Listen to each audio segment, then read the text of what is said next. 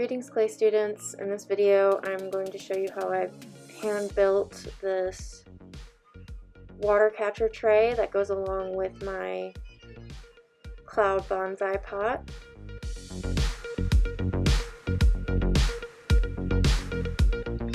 So since I wanted my cloud bonsai pot to fit in this tray, I made another circle template. This time it's a 1/2 inch wider than my bonsai pot base, and I made it the same way I did in the first video with a ruler and some butcher paper. I always use my needle tool to trace my design before I go ahead and cut it out with my sharper X-Acto, or this is a surgical blade tool, which is nice and sharp.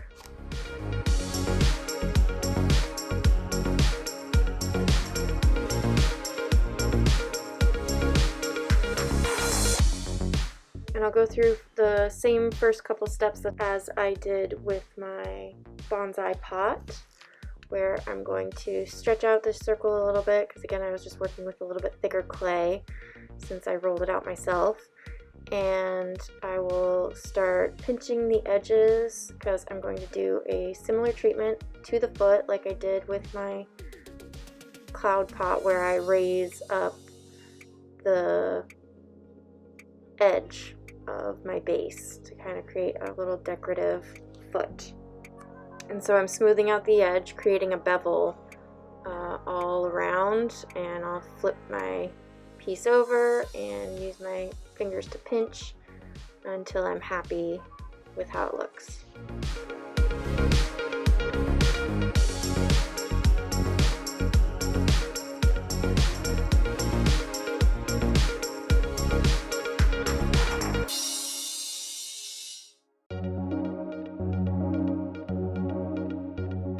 After I've smoothed out my base, I'm going to go ahead and start working on the rim.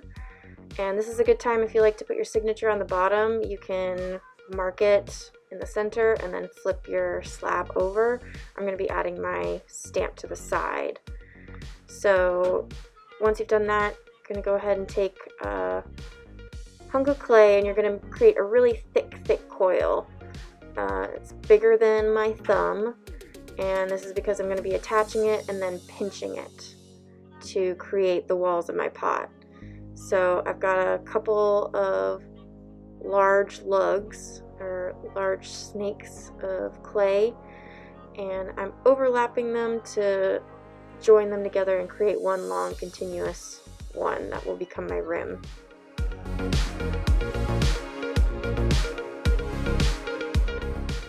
So where I've got my coils overlapping, I am just going to line them up so I can then cut them at the same angle.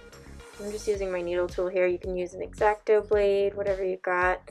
And I'm just going to slice through each coil so they have the same angle cut, and then they're going to join together at, it's about a 45-degree angle.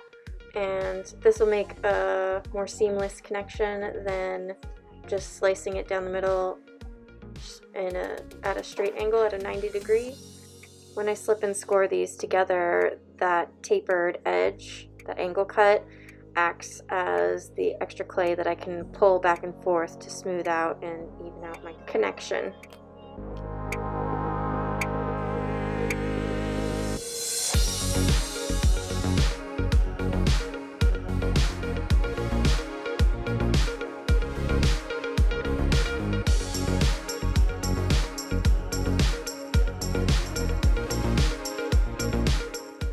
So once I've got my coils in a continuous ring, now I just need to attach them to my base.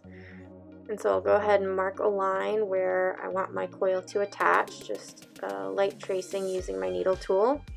I'm going to pick up my coil. Mine ended up breaking, but that's okay. It's a clean break. I'll be able to just stick it back together when I attach it. But I'll use my serrated rib to create my score marks just on the outside of that line that I made where I want my coil to attach. And then I'm also going to score my coil on the side that I'm going to attach it to the base. I'm just using some water for my slip, all around. You might need to re-score some areas if when you're adding your slip you kind of rub away your score marks. But I've added my water, and then I will place my coil back into position and fix my little broken side there. And then I always like to give a really good wiggle to all my slip and scored connections, trying to make sure that everything is attaching nice and securely. And so I'm pushing down and wiggling a little bit. I'm going to be pinching this a little bit later, so I'm not worried about misshaping it a little much, just to make sure that the connection is nice and strong. Next, I'm going to start blending my seam. So the inside seam, I'm using my wooden knife tool. There's kind of a thumb's edge side to it. And really just any rounded tool, or even your finger or your thumb, is useful for this process. And you're just blending the edge of the clay into your base.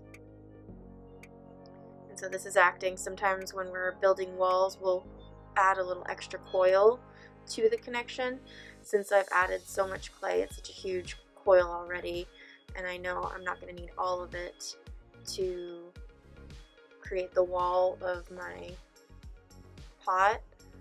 It's okay for me to blend some of that into the base of the pot, acting as that small coil that we usually do.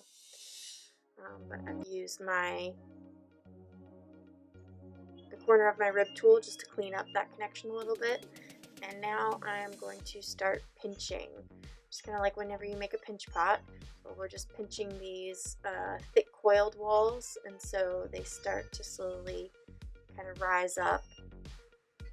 And similar to throwing on the wheel, we're starting with the clay at the base connection. That's where I'll first pinch, and as I go around, I'll start to go higher and higher and get closer to the very rim of my wall.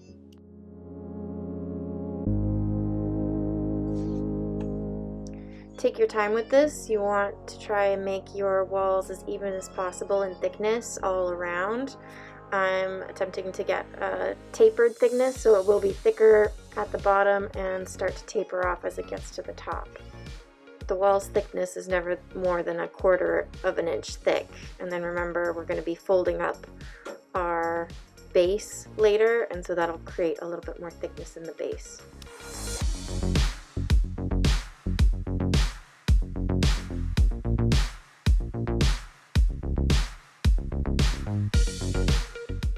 Now that I've got my height, I'm going to work on just shaping my wall a little bit. I want it to have a little bit of a curve.